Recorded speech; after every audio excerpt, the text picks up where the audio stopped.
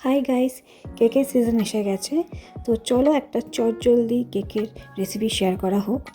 তো প্রথমেই আমরা কেক তৈরি করতে গেলে 2 কাপ মিল্ক নেব, আর সেই মিল্কের মধ্যে আমরা দেব 4 to 5 table spoon refined oil.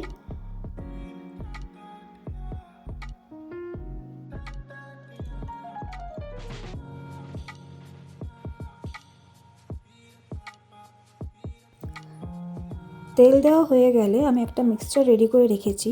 সেটা হচ্ছে 2 cups refined flower, 3/4 cup of sugar and pinch of salt দিয়ে এটাকে আমি ব্লেন্ডারে ব্লেন্ড করে নিয়েছি।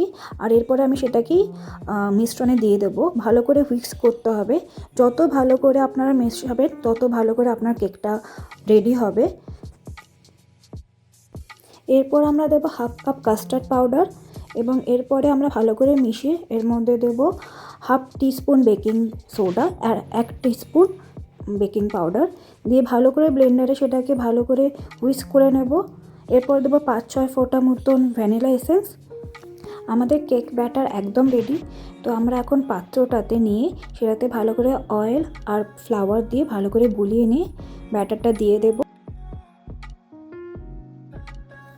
এখন আমরা গার্নিশিংয়ের জন্য ড্রাই ফ্রুটস অ্যান্ড টুটি ফ্রুটি দিচ্ছি, এটা পুরোই অপশনাল।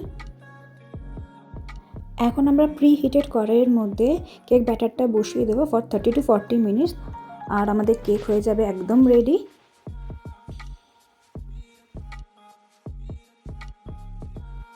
এই পদ্ধতিতে কেক বানালে আপনাদের কেক তৈরি হয়ে যাবে খুবই জলদি আর খুবই টেস্টি হবে। এগলেস তো সবাই ট্রাই করতে পারো।